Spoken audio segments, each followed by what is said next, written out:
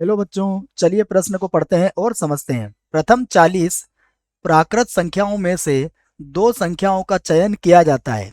इन दो अंकों का योग विषम होने की प्रायिकता है। और बच्चों इसके लिए हमारे पास है विकल्प ए, विकल्प बी और विकल्प सी और विकल्प डी। और इनमें से हमें सही विकल्प का चुनाव करना है। ठीक है बच्चों, प्रश्न को हल करने से पहले बच्चों प्रश्न के लिए हम मुख्य अवधारणा देख लेते हैं बच्चों। तो मुख्य अवधारणा देखो बच्चों, मुख्य अवधारणा में हम इस बात को समझेंगे कि यदि हमें एन वस्तुएं दी जाए बच्चों, तो एन वस्तुओं में से आर वस्तुओं आर वस्तुओं के बच्चों संचयी, क्रमचय नहीं संचयी, क्या होते हैं बच्चों? ये होते हैं हमारे एन, सी और आर। ठीक है बच्चों, यहाँ क्रम महत्वपूर्ण नहीं होता है। जहां हमें याद है बच्चों, एन सी आर जो होता है वह होता है एन का फैक्टोरियल बटा आर का फैक्टोरियल, और कोष्टक में आएगा बच्चों एन माइनस आर का फैक्टोरियल। ठीक है बच्चों, तो ये सूत्र होता है एन सी आर का। अब देखते हैं बच्चों कि हमें प्रश्न में और क्या दिया है। ठीक है, जो प्रश्न में दिया है उसे हम एक बार समझ लेते हैं और लिख लेते हैं बच्चों। देखो हमें दी हुई है प्रथम 40 प्राकृत संख्याएं। ठीक है, तो इसी को हम लिख लेते हैं कि 40 प्राकृत संख्याएं। तो प्रथम प्रथम 40 प्राकृतिक प्राकृतिक संख्याएं बच्चों, ये हमारे पास संख्याएं हो गई।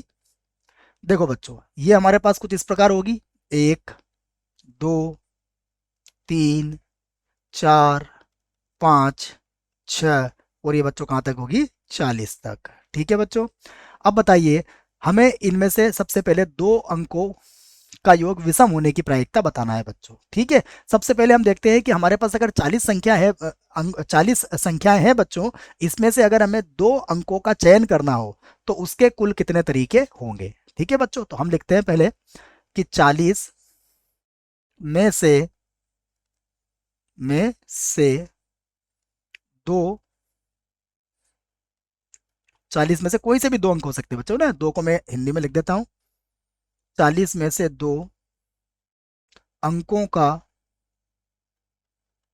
अंकों का चयन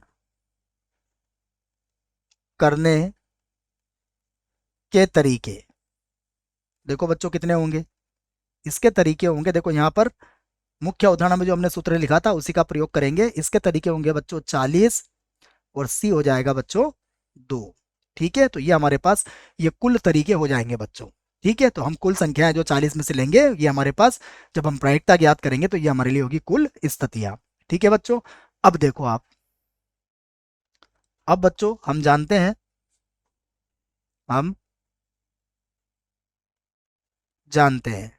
देखो बच्चों, हम किस बात को जानते हैं उसको हम समझते हैं कि सम संख्या सम संख्या और अगर हम इसमें सम संख्या जोड़ते हैं बच्चों, सम संख्या, दो सम संख्याओं को बच्चों अगर जोड़ा जाएगा तो उनका जो योगफल आएगा बच्चों वह भी क्या होगा? सम संख्या ही होगा। ठीक है, ये बच्चों हम जानते हैं। दूसरी बात देखो आप, अगर आपके पास एक सम संख्या है, सम संख्या, ठीक है, और प्लस बच्चों इसमें आप विषम संख्या जोड़ते हो, विषम संख्या, तो बच्चों क्या होगा? जब सम संख्या में हम विषम संख्या जोड़ते हैं तो बच्चों हमें परिणाम प्राप्त होता है विषम संख्या। ठीक है बच्चों, देखो तीसरी बात और आपके दिमाग में आएगी कि यदि हम दो विषम संख्याओं को जोड़ते हैं बच्चों, यदि हम विषम संख्या और प्लस विषम संख्या करते हैं बच्चों, विषम संख्या, तो देखो बच्चों जब भी हम दो विषम संख्याओं को जोड़ोगे तो आपको क्या मिलेगा? आपको मिलेगा सम संख्या। ठीक है बच्चों, तो देखो इसका मतलब ये हुआ कि हमारे पास प्रथम 40 संख्याओं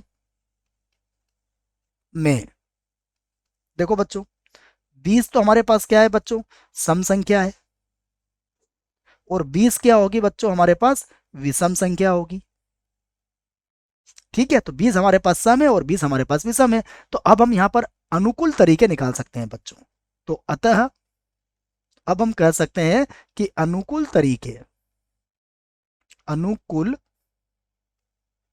तरीके कितने होंगे बच्चों, देखो इसके अनुकूल तरीकों को हम इस प्रकार समझेंगे बच्चों की, देखो 20 हमारे पास सम संख्या है और इसमें से हमें एक संख्या चाहिए, और उसके बाद 20 हमारे पास विषम संख्या है और इसमें से भी हमें एक ही अंक चाहिए बच्चों। कुल हमें दो अंक चाहिए, जिसमें हमें क्या चाहिए, एक तो हमारा होना चाहिए सम और एक होना चाहिए विषम।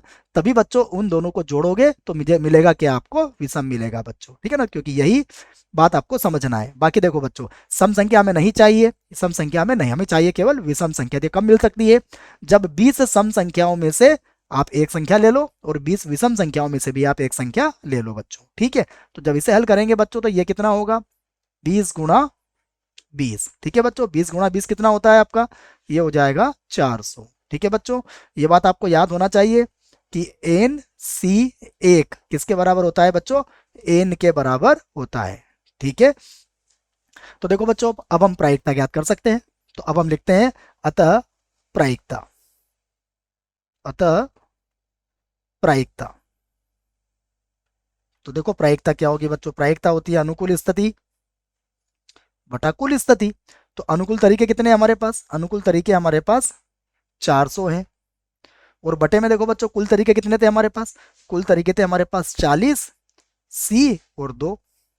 ठीक है, तो 40 सी 2 को बच्चों हल कर लेते हैं हम, देखो तो ये हो जाएगा हमारे पास, यहाँ लिख लेते हैं बच्चों, चलो देखो ये होगा 400 और बटे में लिख लेंगे बच्चों 40 और गुणा में आ जाएगा 39। ठीक है ना बच्चों, इसको इधर ही लिख लेते हैं बच्चों पहले 39। ठीक है, और पूरे के बटे में क्या आएगा बच्चों, पूरे के बटे में आ जाएगा 2 गुणा 1। ठीक है बच्चों, तो अब देखो ये जो 2 गुणा 1 है बच्चों, इसको हम ऊपर ले जाते हैं। ठीक है, तो ये हमारे पास क्या बचेगा, मैं इसको एक बार लिख देता हूं।